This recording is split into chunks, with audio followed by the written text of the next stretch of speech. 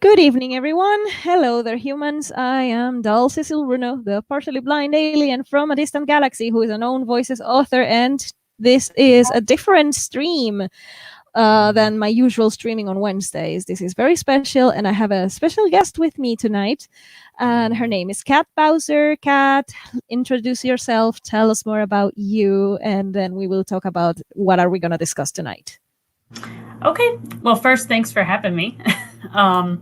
So, my name is Kat Bowser. I am a licensed therapist in the state of Arizona, in the United States. I have worked in mental health since probably about 2008. And I am also a writer working on my first two novels. So, that's kind of where I'm coming from.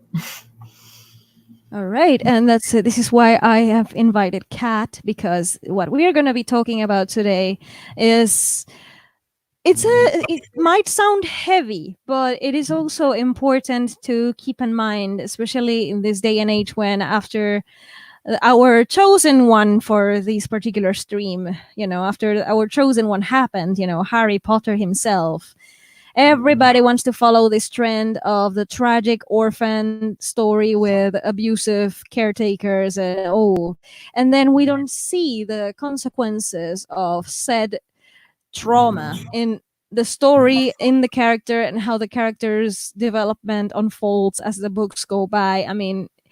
And we see this trend in different books in different genres. Like The Chosen One is a thing, The Orphan with Dead Parents is a thing. So we're here to discuss all the nuances, all the implications, and how as writers we could do a little bit of improvement for our characters instead of just the generic tragic backstory. What do you say, Kat? Definitely. I mean, it's definitely overused. I mean, I think it's very popular, and I think it's very popular for a reason, because I think when you have a character that has been through abuse, particularly as a child, I think what the writer's trying to do is to show this sense of empowerment as they grow stronger and they grow, to become essentially the savior of their world. And I think that's good intentions, but most of the time for me, the way the characters interact and the way that they kind of overcome this tragic backstory, the tragic backstory almost most of the time becomes like a footnote, like, oh yeah, I was abused as a child. And then that's the end of it. Yeah, and this is another way of romanticizing child abuse, which is something that a lot of people don't talk about. We had a couple of videos pop up in AuthorTube where people say stop romanticizing abuse and abuse is not good, and then the focus of the topic always turns to romantic relationships abuse, domestic abuse and abuse in adulthood and all these things, but rarely we hear about people talking about stop romanticizing child abuse. And I jumped in a comment once and I say, well, this is exactly what I am writing about. And because I'm tired of seeing this, what you said, like afterthought or like a footnote, like, oh yeah, I was abused as a child, and it doesn't even affect the development of the character at all. They just overcome things and become the hero, and this is not how it works in real life. I have self experience.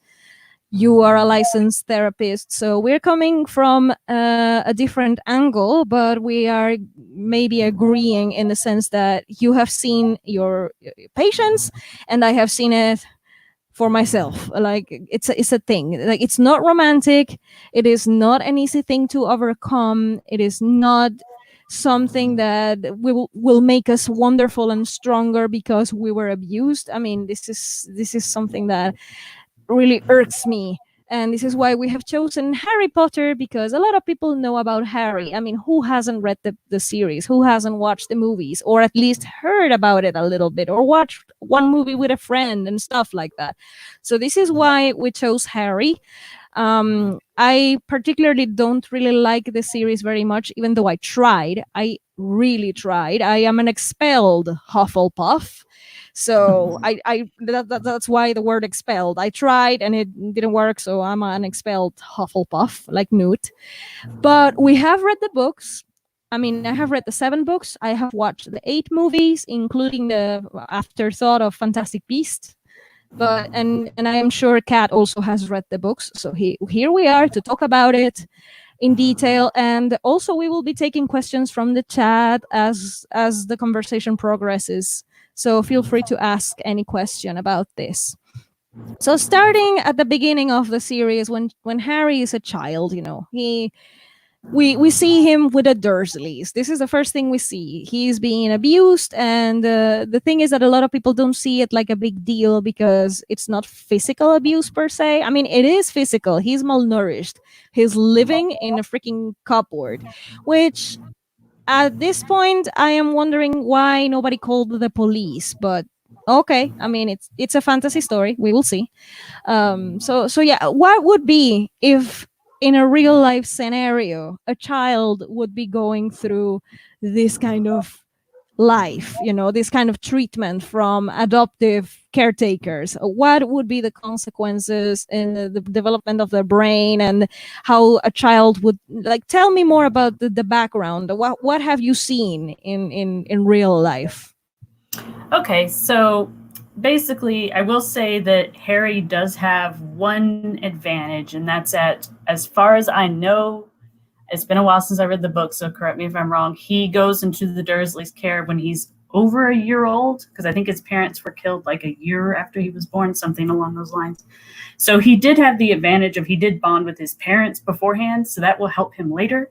But essentially what I have found through my research is if I had to label a form of abuse that was the most horrific and had the most impact, it would be emotional abuse. And that is definitely what Harry has here, is that he's not only emotionally isolated from the rest of this family, but he's also physically isolated. He's made to feel like an outsider. And emotionally, that does all kinds of things to your brain, because essentially, especially a young child, they are craving affection, connection, wanting to find role models and people to build themselves on. And all he has are these people that are essentially not only just telling him that he's worthless, he's not wanted, but that essentially his parents, as far as I know, are pretty talked down about by even his aunt, who was I believe Lily's sister. And so that tends to do one of two things to a kid. And I think with Harry, it kind of did the former, in that makes him, it would have made him very withdrawn, very unsure, very nervous, very not wanting to kind of take chances. Because in his world, if you step out of line, you get punished for it. The other thing that sometimes happens is the kids get full of rage, but that usually comes a little bit later. So my thing with Harry is, especially when he finally gets the chance to leave the house and go to Hogwarts, he is way too socially well adjusted. Yes, indeed. This was the thing that I wanted to touch upon. Like, he trusted everyone and everything too fast. And also, like, he was like perfect. Like, he picked on Malfoy being the not good guy to side with. So he was like, no, I don't want to be your friend. Oh, but Hermione is cool. Oh, but Ron is cool, and Dumbledore is cool, and everyone is cool. I'm like, this is not how it works usually. I mean, it's not realistic. I mean, Harry was like, he went from being a fish out of water to, oh, everything is nice now, and this is not how it works in real life. And when people are experiencing abuse and trauma, it just doesn't work that way. And maybe if you're writing a child character who's been abused, you can just keep that in mind, that there's going to be awkwardness, there's going to be more, time to adjust, and not just suddenly becoming a quidditch seeker in your first year and everything is great. That it just doesn't work like that. Yeah, one thing I talked actually to my husband about is I was talking about the scene where Harry approaches Molly Weasley to ask how to get onto the platform. If he had been raised in the kind of environment that we were talking about, he would not have spoken out to an adult, because an adult in his mind is a power figure. This Mm-hmm. is someone that is to be wary of, and you don't step out of line, you don't speak out. Same thing when he kind of meets Ron and Hermione. He's way too welcoming. I think a child in that, coming from his type of environment, would have been very withdrawn, very unsure. He learns to trust people way too fast. With that kind of background, a kid in an abusive situation, their mind has to rationalize it because they recognize that they need adults to survive, but they also recognize these adults are causing them pain. So they have to kind of rationalize in their head what's going on. And so one of the things they usually do is they rationalize it must be something that I've done. And so that's why a lot of times their self esteem is crap. Um, but when you meet a peer like Ron, Hermione, or Draco, I'm actually going to throw this out there. Harry rejects Draco. I think in this scenario, coming from the environment he did, he might have actually gone with Draco because Draco demonstrates power and protection. That's just my opinion. I think he would have maybe been drawn to that. Yeah. But Like I'm thinking from a perspective of someone who actually went through abuse. I mean, I'm not going to go into my personal details because now we're talking about Harry, but I can right. say I have been abused myself, in Mm. mostly emotionally, also a little bit physical. I mean, I had all kinds of abuse, so I know what trauma means. And oof, I had to do a lot of emotional adjustment, and it wasn't an easy thing, and it was not a thing that lasted like a week. It lasted for years, and it's not something that you can resolve easily. And I wasn't really an orphan, but I am also adopted. It's complicated, so I have both.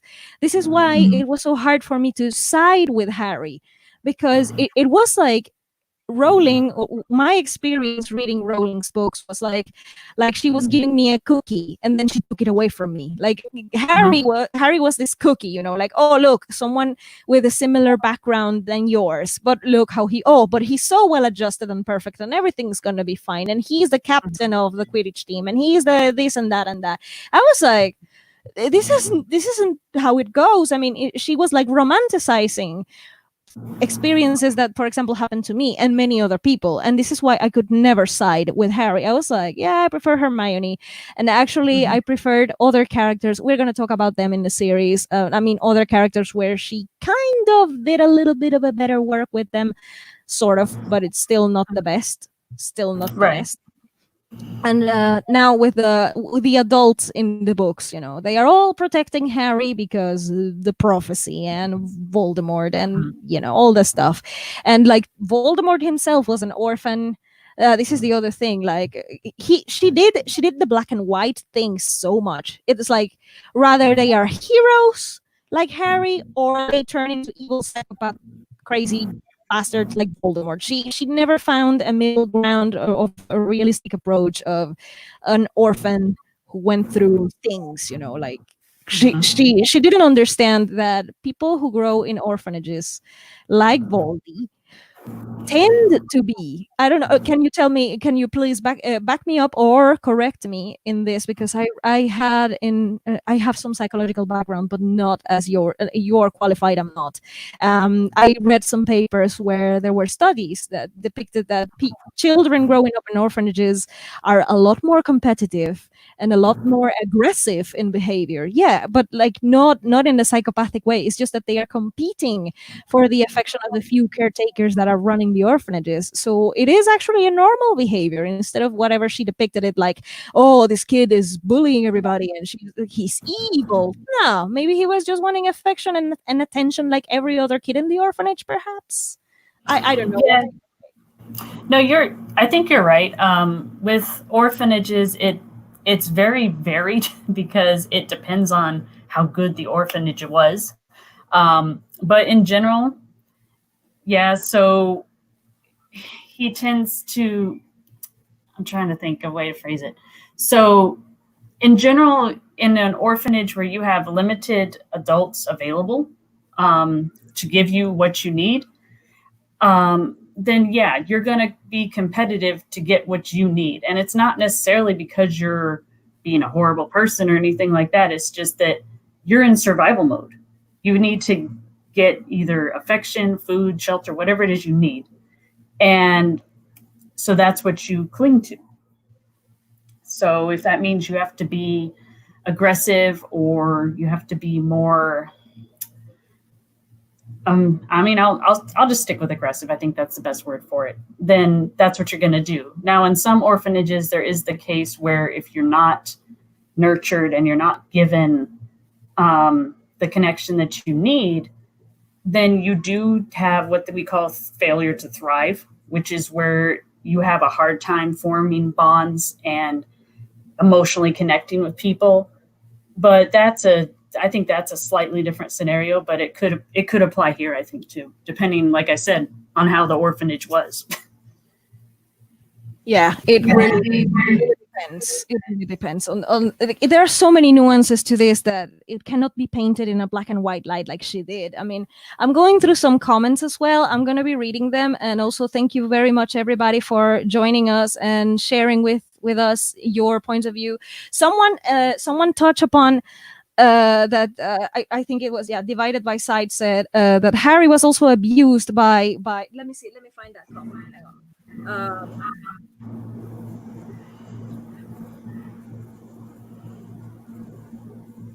Okay, I cannot find it because StreamYard is being mean to me. But there was a comment where someone mentioned that he was abused also by Dudley Dursley, so another child. So wouldn't Harry trust anyone? Like, wouldn't it be more like he wouldn't trust anyone in general? Because it wasn't just the adults abusing him; it was also Dudley. So Yeah. doesn't that have an impact? Oh, definitely. See, generally in family, we consider family to be, I call it a spider web because nothing is separate. It all affects somebody else. So if he's being abused by the adults and he's being abused by his cousin, then yeah, in his mind, his brain is going to come up like, okay, I can't trust a peer, I can't trust an adult, because when we're in a dangerous situation, our brain tries to figure out how you can avoid it in the future. And one of the ways it does that is to essentially kind of put things into little boxes. Like, okay, I can't trust any adult female because my aunt is abusive. I can't trust any adult male because my uncle's abusive. I can't trust anybody my own age because my cousin is abusive. So then, yeah, it's kind of like I need to protect myself. And one of the ways you can do that is to kind of close in on yourself and kind of build up your own little walls. And it is possible to let people in, but it takes time. And I think that's the main thing. That's the main thing that bugs me, is that it happens so quickly. I have no problem with Harry eventually becoming friends with Ron and Hermione. I just think it happens fast. It's also I knowing that this book is for children. It started off as a middle grade series.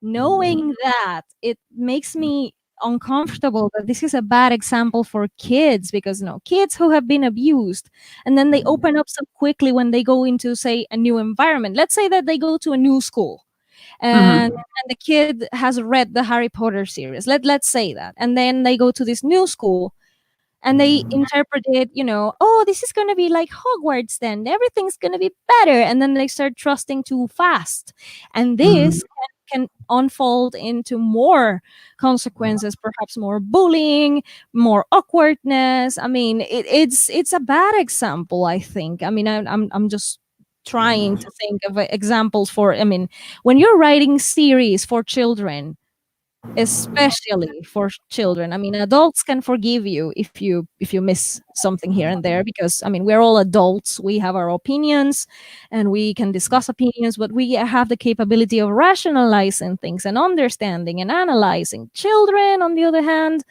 are a little bit more impressionable. And I think she was pretty irresponsible with the way she created Harry as this romantically mystique, like this chosen one thing that she just made. And there's an interesting comment here. So, mm,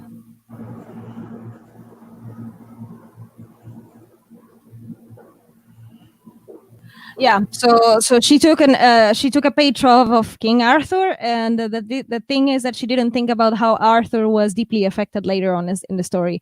Wow. Okay. We always have an insightful comment here and there, and we have many insightful comments here and there.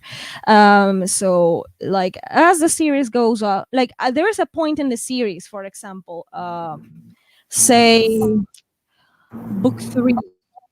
Mm-hmm. Yeah, with the Prisoner of Azkaban, where this new teacher, this Remus Lupin comes in the picture, and again, this is another thing that irks me, is that by book 3, we are conditioned, all of us as readers, we are conditioned to know that the professor of defense against the dark arts is going to be a bad person. Mm-hmm. Anyone with neurons in their brain would know that, okay, defense against the dark arts, something's off with this guy. So Mm-hmm. by book 3 and book 4, we are all conditioned, and yet the characters were cool with Lupin, cool with Mm-hmm. cool with movie, cool with I was like, are these kids stupid or what?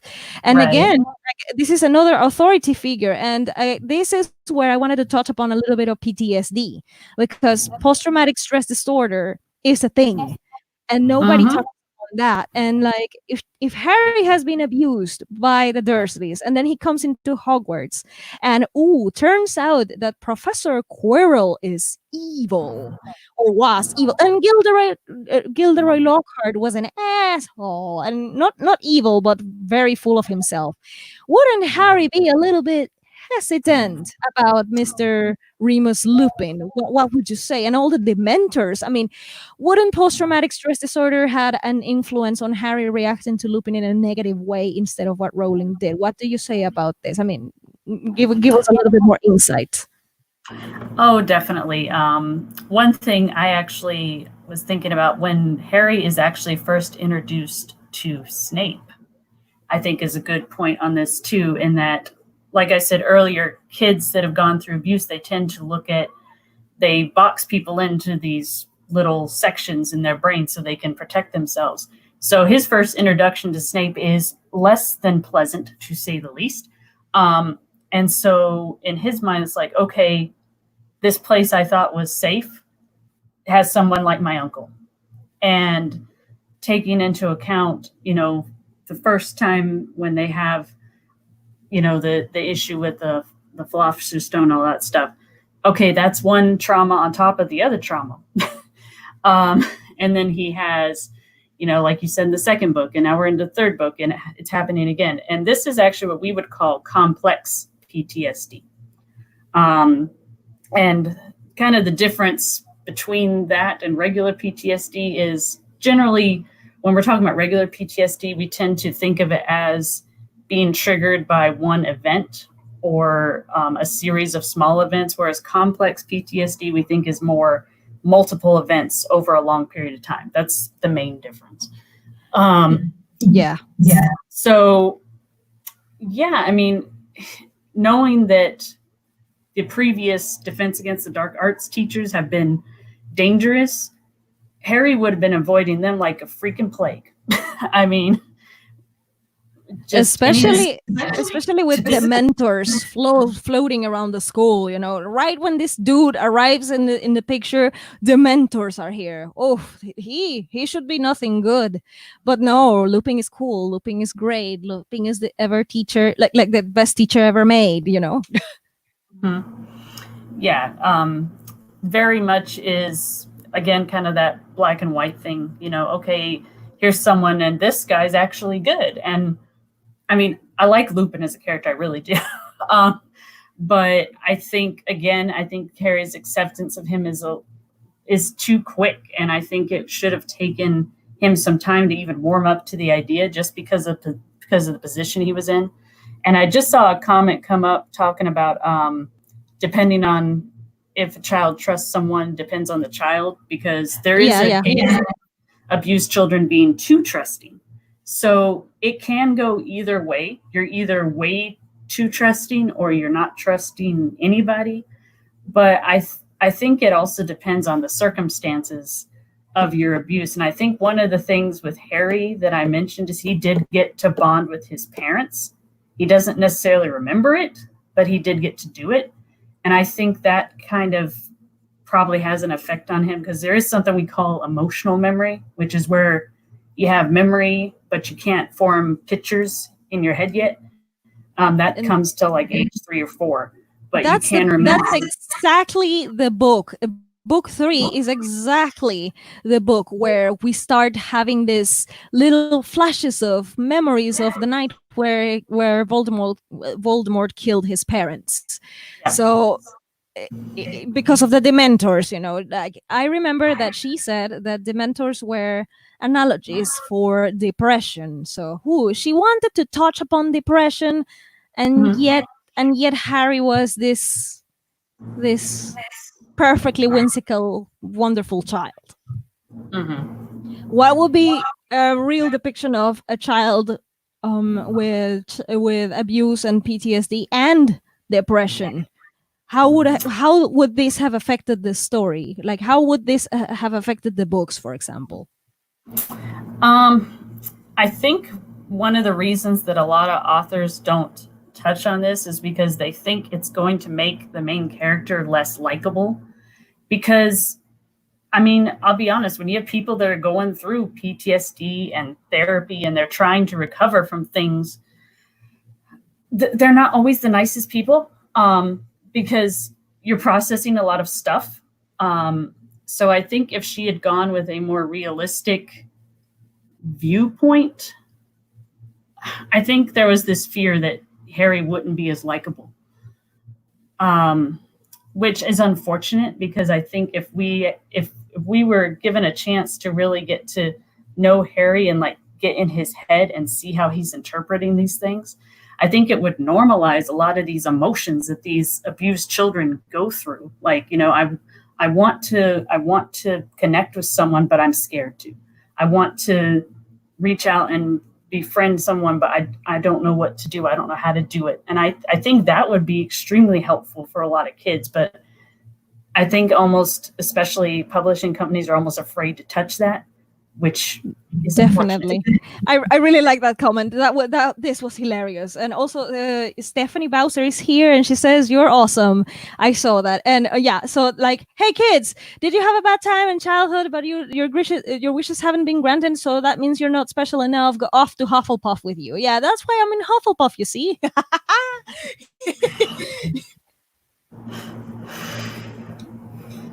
And we have, if Harry woke up one day to find out he was a wizard and magic was real, wouldn't yeah what about the shock effect of becoming a wizard? But that was another thing that was so quick. This Mhm. dude, like this giant, half giant, let's correct myself, a half giant wizard person thing comes into our hiding place in the middle of the ocean, which okay, whatever. But yeah, this giant person comes in and brings a cake, and it's like, "You're a wizard, Harry." And Harry's like, "Okay, I'm a wizard." What the Right. what's that? No, he definitely would have had a reaction. I actually think it might have been an actually more interesting reaction if she had gone with, okay, here's a kid who is powerless, has literally been powerless his whole life, and is now told, hey, you have a ton of power in you. I would have gone nuts. I mean, I would have been like, okay, what can I do now? And I think especially when you suddenly have someone who has not had any power now suddenly has it, I think it would have been more realistic for Harry to be like, well, what can I do then? And experiment with it. Like, okay, what am I able to do? That's how I would have seen it happening. But I think the shock is definitely passed over because you're right. He just kind of like, oh, okay, I'm a wizard. Okay, I'll go with that. Um, Especially since the Dursleys, to my knowledge, from what I remember, were very much on we're going to stress everything that is normal and everything that is common. and now suddenly you're throwing something in that is the absolute opposite of that. That would be what we would call an adjustment disorder. um, where you're thrust into a situation that completely contrasts with what you've been through before. And while I will give some leeway, it is a fantasy, I give some leeway, there still should have been some kind of adjustment period here. Yeah, there was. The thing here is not that we want Harry Potter to suddenly become a realistic 100% story, because that's not the goal of this chat. We are just discussing things that she could have had into consideration, because we know this is fantasy, there's magic, woo woo. We know. But it is as if she didn't even have a grasp in any psychological aspects when it comes to Harry, because as we discussed a little bit, we touched upon another character where she kind of tried. She kind of Mm-hmm. tried, and so let's talk about Mr. Neville Longbottom. And she kind of tried with Neville, and another tragic backstory. And poor old Neville and his parents were tortured into insanity. And oh my God, they are in a psychiatric facility now because they went insane. And okay, Rowling, okay. And then Neville starts off, but then this is again the way she wrote this, the way she wrote his character arc, read a little bit as if she was trying to fix him, but fix him like he was something wrong that needed to be fixed or pitied, or Mm-hmm. 10 points because I want Gryffindor to win anyway. uh, uh, so what are your thoughts on the contrast between Harry and Neville, and like both having a similar hero's journey kind of arc, and how could this have done been better? Like I cannot English. Like how this could have been done better. Well, I'll be honest, Neville's my favorite character in the whole book series. I think what she does right with Neville is she gives him this he lacks this sense of superiority. He doesn't have this sense of superiority. He has this sense of he's unsure. He doesn't really trust himself to do things right. I think in the movies, isn't it, I think one of his major lines is, "Why is it always me?" Um, and I think that was a good start for him, because not only is he coming from, he has this tragic backstory. He's being raised by his grandmother, who, as far as I know, is extremely strict and is always pushing him, do better, do better, do better, do better. So that puts a lot of weight on your shoulders anyway. So I think the way he reacts, where he's not sure if he can do things right, he's not sure if, he can ever improve. And his magic, I think, falters because he doesn't have that confidence. And that to me makes a lot more sense than say Harry's way, that he just is automatically, well, not automatically, but Flawless. he But like yeah. nearly flawless. Like, oh wow, suddenly he learns to make a Patronus, where even Hermione herself struggles and she's the best, but she Mhm. struggles. And there goes Harry, and oh, expecto Patronum, and everything's fine. And the expecto Patronum thing, the think of something happy and your depression will go away. That's another thing that irks me. But okay, it's fantasy. It's meant to be escapism, so I'm not gonna be as harsh on the Patronus as I should. I mean, I'm still capable of professional respect, so Mhm. so I'm not gonna be bashing on that. But I mean, it's a thing. Her depiction of depression and like how to bash away the mentors. Yes, think of happy memories, the happiest memory you possess. And the fact that this was, I mean, it just bothers me that was the one thing where Harry was like better than Hermione, when Hermione had loving parents, caring parents, supporting parents. And Harry, well, Harry, it's just so contradictory to me that as I was reading the book, I was like, should I even continue? And I did continue, precisely because if you want to criticize, you have to finish the thing and see it for what it is and analyze it for a while, and then you can speak. Mhm. Someone here said, and by the way, thank you very much, Dr. Uncanny. I would have been siding with, yeah, this is something I have with one of my book characters, not necessarily going through abuse. That character is actually very very well nourished as a child, so my but that character of mine is like, I better have this person on my side than against me, and that's a very strategic thing, you know. So yeah, I see that point, that Harry would have at least politely tried to be on Snape's side. That's a great idea. I like the comments here. People, you guys are real smart. Oh, okay. Thank you for being here. Yeah, have any of you ever talked with a former foster youths? Trust are really those are really yeah.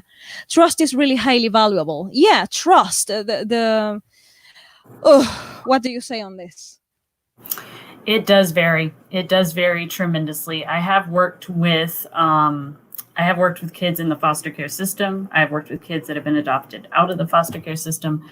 And you're right, it does vary tremendously depending on not only the kid's background, but the kid's personality. Um, it's gonna it's gonna vary a lot. So I mean, you could make the argument that maybe Harry's trust issues, maybe they went the other way. Like I said before, that's entirely possible. It could have gone the other way. Um, but I think in my experience from the kids I've worked with, especially if they're kids that were abused and went into foster care at a very young age, I saw more kids that were reluctant to trust than kids that trusted too much. It doesn't mean that there weren't kids that did trust too much. It just means that I tended to see more of one than the other. Mm-hmm. So I think it is variable, but based on my experience, I tend to see one more than the other, depending on the age. Yeah, the one who the one character that never made sense to me is what Eva is saying here. Dumbledore had experience with troubled youth, and he was still the Mister Mysterious. And yeah, it is meant to be Dumbledore's flaw that he couldn't trust easily, and he was Mhm. very guarded with. I mean, I have seen a lot of Harry Potter theory videos, so no, I not only read the books, I have also paid attention to big YouTubers talking about theories and their analysis and their opinions, and I was like, oh, okay, that's an interesting perspective. I was trying to convince myself that I could still be a Hufflepuff, but no, I can't. So yeah, Dumbledore is but that's a flaw. I mean, I don't know what to say about Dumbledore. It was just the tropey mentor who knows everything who had to die in book 6. I mean, yeah, it was just it, Gandalf, whatever. Yeah.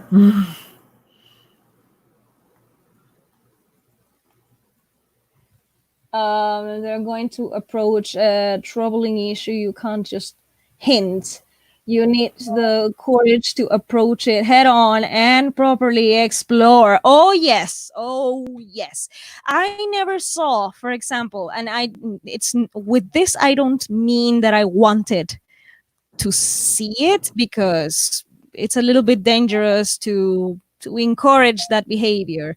It's dangerous, but I never saw a sign of anyone in that school, Harry, Neville, those who were more troubled. I never saw any signs of potential suicidal thoughts, for example. That's a thing that pops up in a lot of people who go through abuse of all kinds. And I didn't even saw a hint of that in Harry Potter, which is something that also made me feel that maybe I am the one who's broken.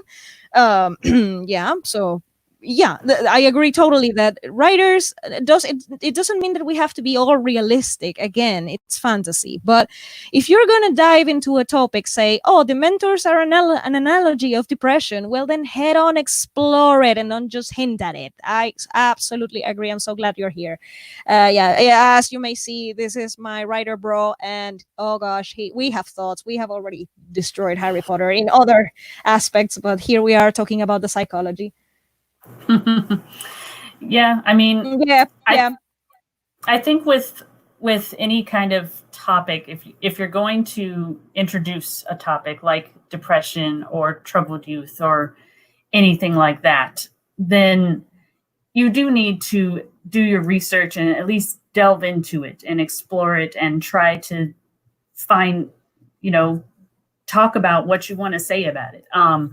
I think sometimes people have this idea of, you know, well, if it's middle grade or whatnot, we can't talk about that stuff. Yes, you can, but you just need to talk about it at an age appropriate type of style. I mean, you can still talk about mental illness and depression and things things like that, but you just have to gear it a certain way depending on what age you're talking to. I mean, you know, if I'm going to talk to like my 7-year-old nephew, I'm not going to go into delve into the deep stuff with depression, but I will talk to him about, you know, hey, sometimes there are people that they they get into a place where they don't feel good about themselves. Sometimes they don't feel anything. You can be a friend for them, or, you know, something along those lines. Yeah, but Harry was abused. How does he have a strong Happy emotions. Yeah, how? I mean, he can.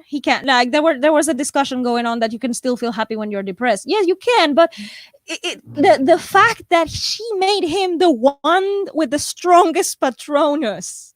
No, Mhm. Rowling. No, Rowling. No, no, no, no, no, no. Yeah. I mean, like I was saying, there he definitely had like the emotional memory of his parents, but aside from that, I mean, up until he went to Hogwarts, did he really have any happy memories, like at all? Um, if he did, I think they were probably extremely rare. You know, I mean, I think, like you said, I think of the main trio, Yeah. probably Hermione. Yeah, probably Hermione would have been the one who actually, once again, would have been the Hermione and been the best.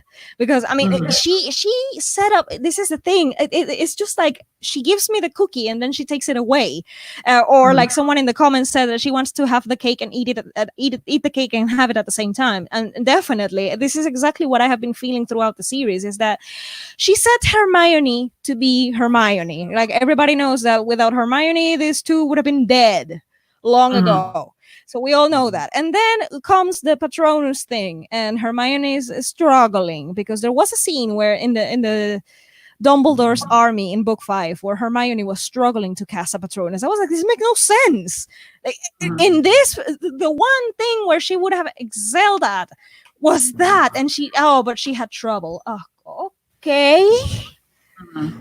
It just doesn't make any sense. I mean, and then back to, sorry, we're going all over the place, but I'm also looking at the chat, and remember, guys, I'm blind and things. And StreamYard has a tendency to skip on oh, Scully is here. Hi, Scully. Yeah, nice that you're here. Thank you very much for being here. And we are having a heavy discussion, but yay. Like, yeah. Let's see. If you see other comments, let me know and I will find it. And also, we're taking questions, but like, yeah. So all the psychology background, basically, she was missing all the psychology, all of it. It Mhm. just this is why it irks me, because there was no consistency. I think someone mentioned it in the comments that the problem with this story is not that it's fantastical, is that it wasn't consistent. And how, as writers, because this would be my question, how as writers can we improve upon this? Like, if someone doesn't have a background in psychology, not to speak, just like, I mean, you are a licensed therapist, I have some background, but what about people who maybe don't have the experience, don't have the background? How could we improve upon our tropey chosen one orphan tragic backstory characters and make it just a little bit better than a lot of popular books out there? I would say research. Honestly, I actually mentioned it in one of my last videos. I can't, it's been a little bit, and I'm not entirely awake. Um, but research, as in peer-reviewed articles. There are so many research articles on abuse, orphanages, neglect, all that stuff. And if you can just go into Google and just type it in and zoom, you'll have a bunch of things you can look into. If you have the option to talk to someone that has been through this stuff, I say absolutely do it. I think sensitivity readers are definitely underrated. Um, Mm-hmm. they definitely should be used more. If you know that you're going to address something in your book that you are not well versed in or Mm-hmm. haven't had experience in, I think it's your responsibility as a writer to make sure that you're not portraying something negatively, and that's what a sensitivity reader is for. And comparing how Harry Potter acts with post Hogwarts, you have to look at how he acted before. Mm-hmm. Mm-hmm. Definitely. I mean, she hinted at Harry's spontaneous defense mechanisms when he still didn't know that he was a wizard. He Mm-hmm. still kind of defended himself, like he still had the magic thing. Like, for example, when Mrs. Dursley tried to cut his hair, almost leaving him bald, the next day, boom, he had hair again. So there was the hint that he had some sort of defense mechanisms, but again, Mm-hmm. consistency. He Yeah. didn't really use them very much Mm-hmm. when he knew he had magic. I mean, there was the whole Ministry of Magic forbidden magic use after school Mm-hmm. nonsense, because that was another no, that makes no sense at all. That makes no sense at all, because how Hermione practiced magic if she was a muggle born and practicing magic before and after, like in summer, for example, like when you're not in Hogwarts, how is that even possible if supposedly there was a forbidden. I mean, no consistency. It's the same thing over and over. I'm repeating myself like a broken record, but yeah, it's just something that it's just uh, Well, I think too the with if you have the ability to use magic to defend yourself, I don't care if it is forbidden or not. If I feel like I'm in danger, I'm going to use it. I mean, mm, um, yeah. Eva precisely, she didn't experience trauma, because like how she's asking how would Hermione how she would have excelled. Precisely, supposedly were affecting Harry more. So like again, no sense. The mentors were affecting Harry to the point that he was nearly fainting when a Mm-hmm. Dementor was nearby. And then he had the strongest Patronus. This is what makes no sense. Hermione had happy memories to pull from. She had the emotional support of her parents. When the mentors were looming or whatever, she would have had clear things to grasp and hold on to, versus Harry that barely had an idea of his parents talking. It's just the lack of anything in there. Oh my god. Well, I'm glad I touched up on the mentors and the Patronus thing, because I see that it is important. Mm-hmm. If you always know joy, do you know sorrow? But this is the thing. To fight a Patronus, you have to know joy, not sorrow. This is how you fight them. I don't know. What do you say upon this? Because this is interesting. I mean, I have my perspective, but it's interesting. It's interesting. I I think that as a general rule, the spell it requires joy, it requires happiness, and I think that to say that just because you grow up with supportive parents and happy memories doesn't mean you've never been sad. I mean, because there's always things in childhood, even normal childhood, that will make you sad, will make you angry, will make you frustrated.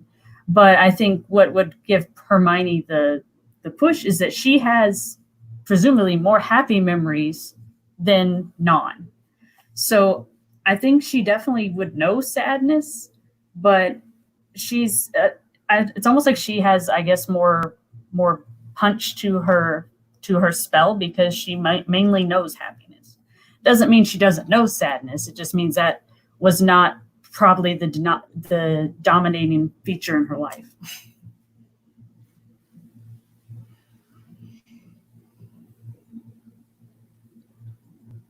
Mm. Fear is a form of trauma. Sorry to say, but yeah. Yeah, I think Yeah. yeah, I think fear is fear is a very basic emotion. It is Mhm. our survival emotion. Um, Survival emotion. it is our survival emotion. So someone who's been through trauma has had more fear than someone who has not. But again, I think even in a normal childhood, you're going to have fear and sadness and frustration. Um, I mean, I think there is a theory I have heard that Harry's Patronus was more powerful because he had so few happy memories, that the happy memories he did have were more important to him. I can see that angle, but just based on how the spell works, I don't know if that makes sense.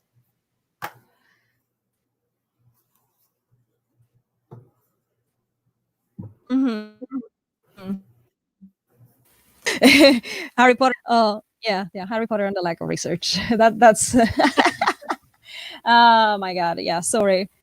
I'm seeing more comments, and again, my biggest apology if I skipped on any comments here, because the chat is unbelievably interesting tonight. The thing is, we have a blind host, and StreamYard is not very accessible. So once again, forgive me. And also, Kat is the one who is here to give us her expertise in the matter. So, is there any other comments that you have in mind that you would like to discuss? Because you said that you prepared your notes. Let's see. Um, well, we touched on Neville. We touched on Harry. We touched on a lot of stuff actually. Oh yeah. Trying to think if there's anything that we're missing. I will say I think something that was done. I won't say I don't want to say it was done as well as it could have been, but I do appreciate that Harry tries to seek out new parental figures once he gets comfortable at Hogwarts. I think that does make sense. Um, Particularly McGonagall. I think that does make sense.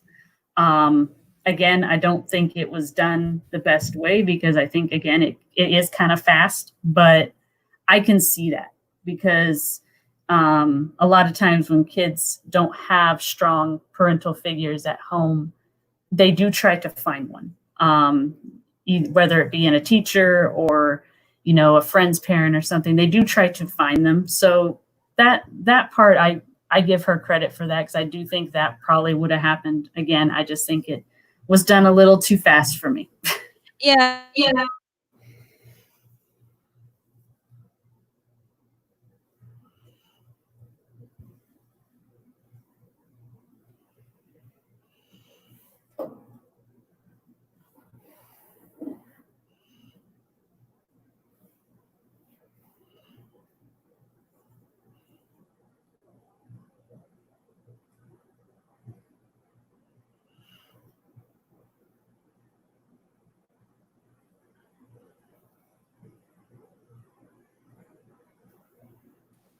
StreamYard being StreamYard. Sorry. Sorry.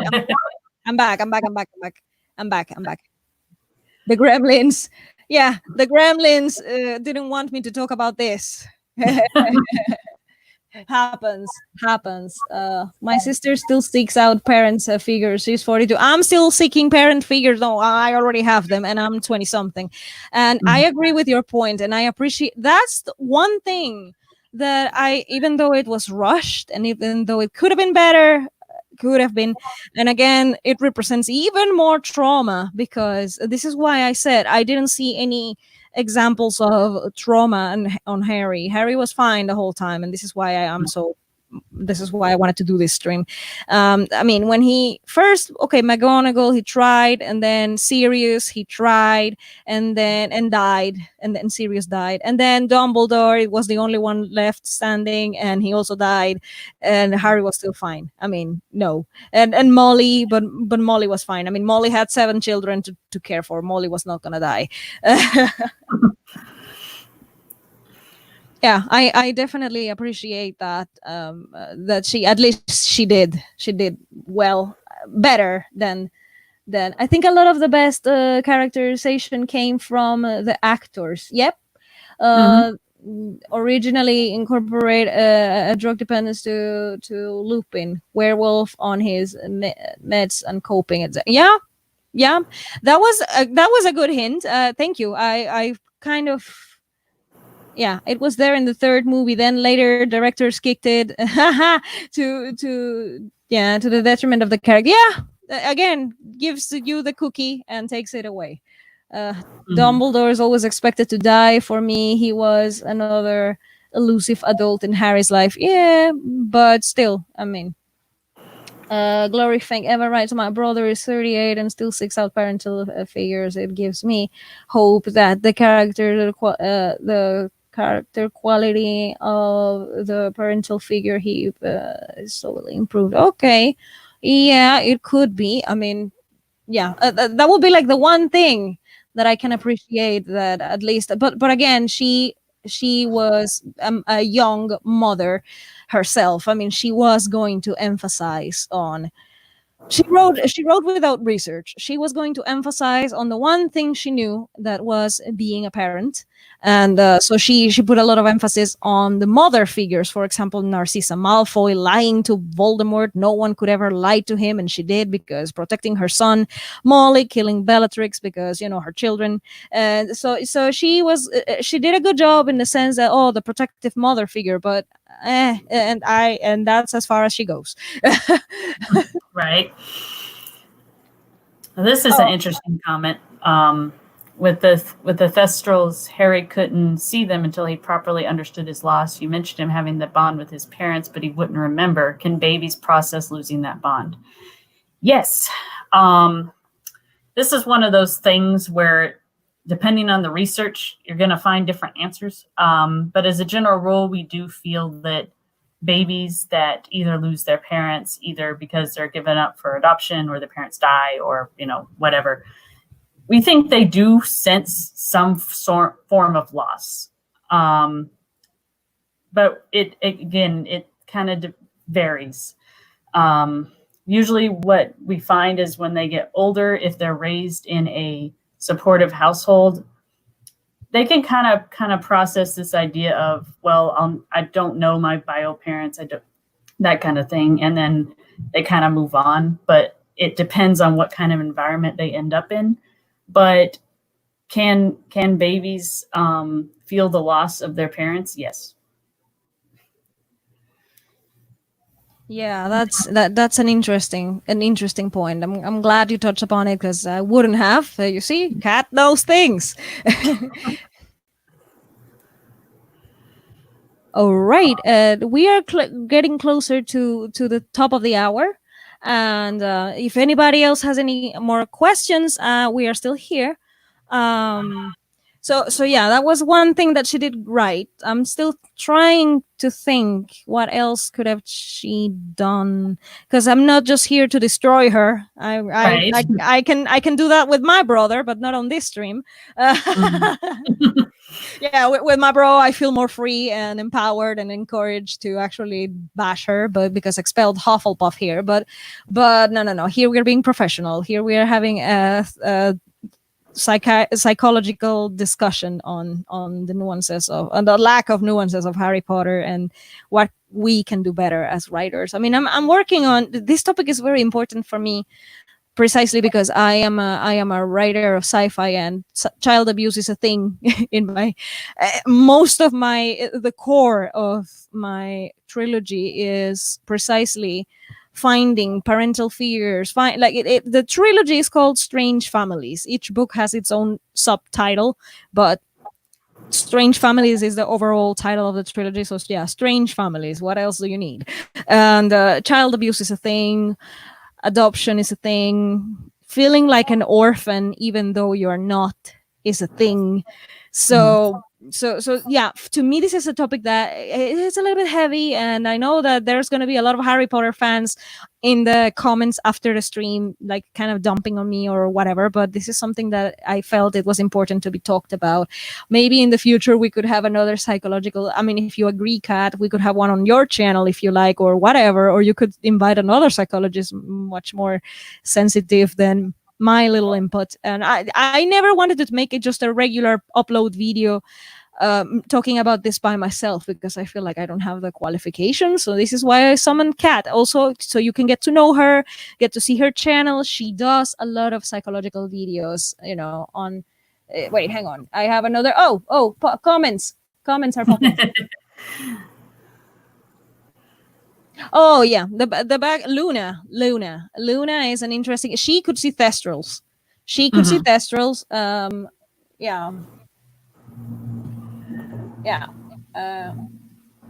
I am fighting the use to let my usual sense of humor. This is, or really not the no, definitely this is no, not here, my bro, not here.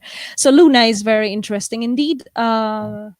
Question: would it be more or less irksome if J.K. Rowling had simply not touched upon the traumas aspect at all, left it in completely, rather than bare flavoring minimum? What do you say? Um, I think that if you're going to introduce a character that, even if you just briefly say that they had a childhood where they were not wanted or that kind of thing, then I think you have to touch on it at least a little bit. If she had not touched on it at all and just said that, oh, he was taken in by his aunt and uncle and then found out he was a wizard and went to Hogwarts. I mean, she could have done it that way. I don't know. I mean, on the one hand, I'm glad that it's touched on at all, but it just could have been so much better. I think this is one of those cases where I wouldn't want her not to touch on it, and I'm glad for the little bit she did, but I just wish it had been done so much better. Yeah, I agree. I mean, give her credit, because I mean, okay, she tried. Nice try, but nice try. Nice try. That's as far as my congratulations go. That's fair. Question here. What would be your advice on casting sexual assault in a young adult novel? Ooh, that's a fun topic. I think kind of with anything with trauma, because I think you just have to look at what is the understanding of the audience that you're going for. Because kind of like I mentioned before, you can talk about mental illness and sexual assault and all that kind of stuff depending on the age. You just have to shift how you talk about it. I think especially with young adult, because that's like, I think that's what, 13 to 17 now. It changes every couple of years. Then I think you can talk about it, and you probably should talk about it more readily. I think one of the best ways I would consider is talk about boundaries with your characters and have them talk about setting proper boundaries and about how your body is your own body, that kind of stuff. I think if you do have sexual assault in a novel, I think it can be done well. My caution is that you don't use the sexual assault to say, well, now I've grown stronger because of the sexual assault. Please don't do that. Yeah, please don't romanticize the trauma, because that's exactly one of the things that kind of bothers at least me. I know it kind of bothers you too, that she kind of did with this Harry Potter, is that, oh, he's this wonderful person because he overcame all his abuse and trauma and bad story and backstory tragedy and whatever. Please don't do that. It applies to all kinds of abuse. Sexual assault is a form of abuse, perhaps more harsh, or I don't know if it can be compared. That's the thing with me. It's like, sexual assault is horrendous. It is, and for a child it is traumatizing. But so is emotional abuse and neglect and and bullying. So it isn't something that I could compare. And also, hey, you have 100. Yeah, you reach 100. Thank you.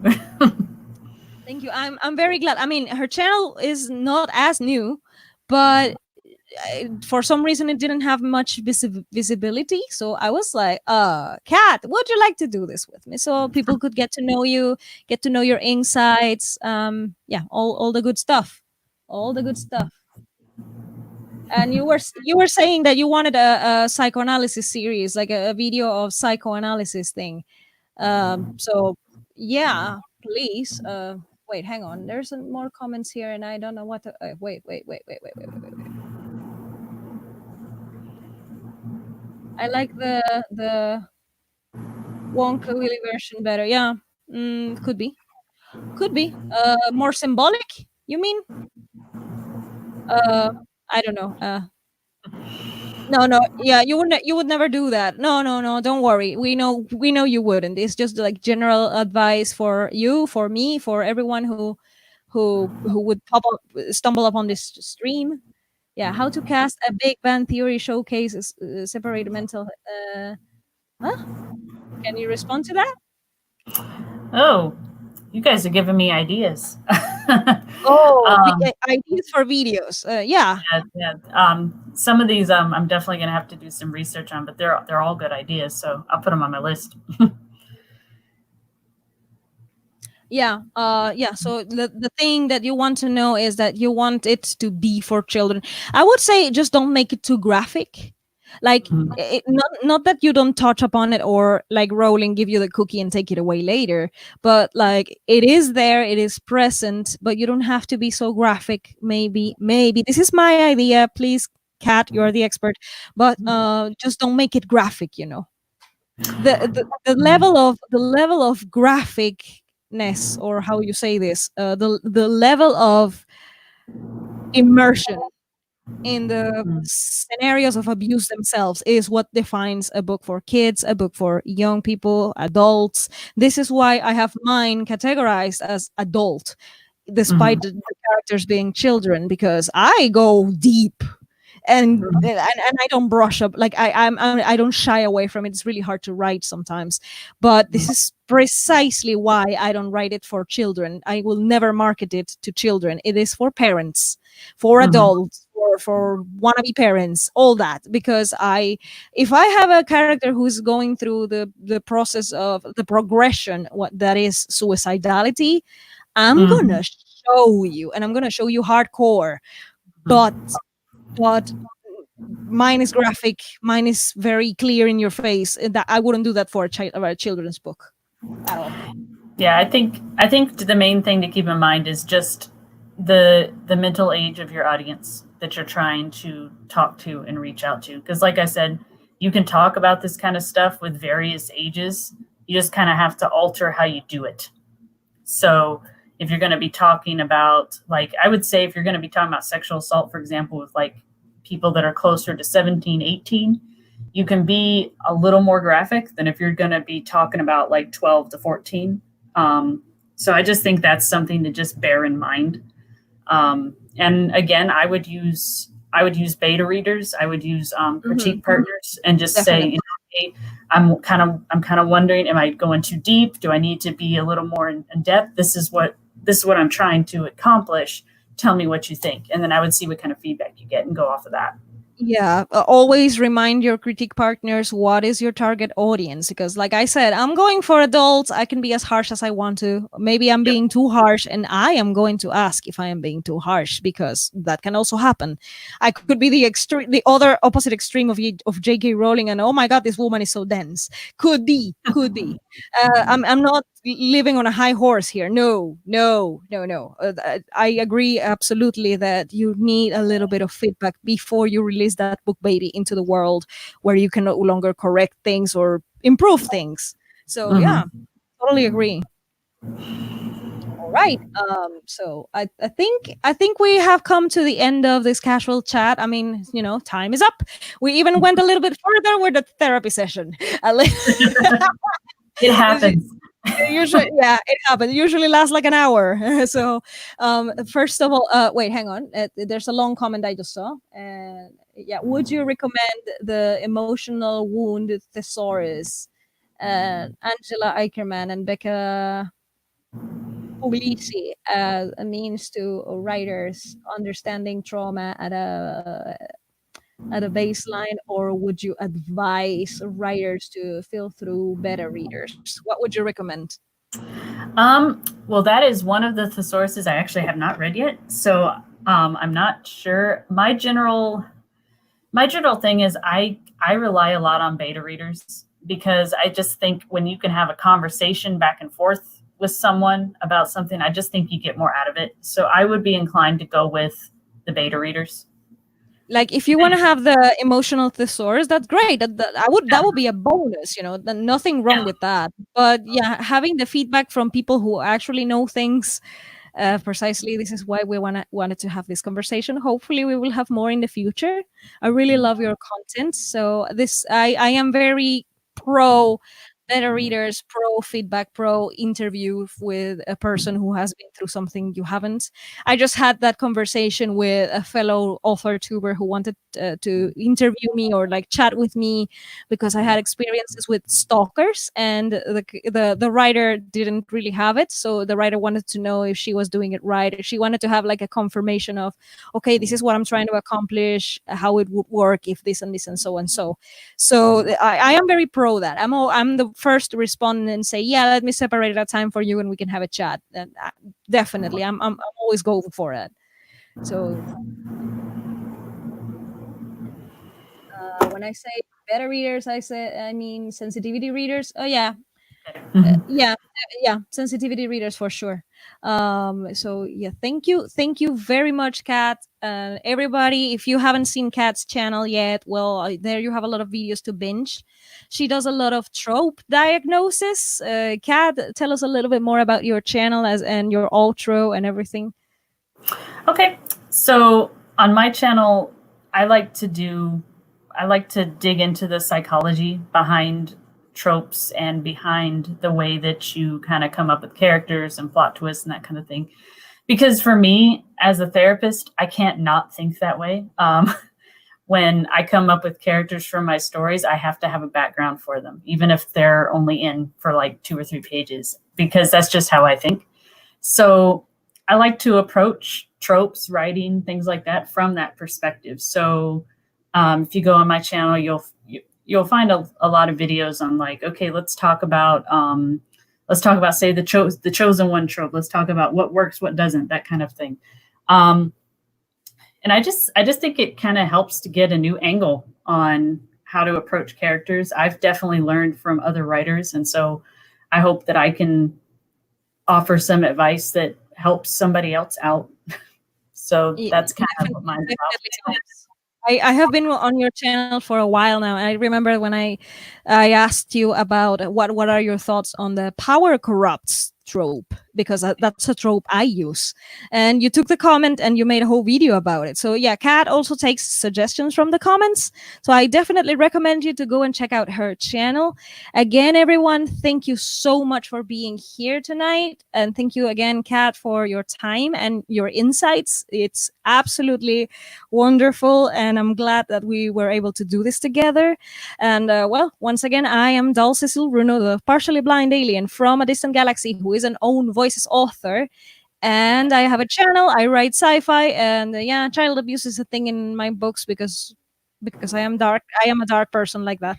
I'm a dark alien observing human behavior like that. And I also like to explore other genres in short stories, and I write some poetry as well. So thank you very much. I will see you again on my regular live streams on Wednesdays at 2 p.m. Eastern Standard Time. Don't forget to check out Kat's channel. The link is in the description below. Good evening, everyone. Thank you, and I'll see you soon. Bye Thanks, bye. everyone. Bye.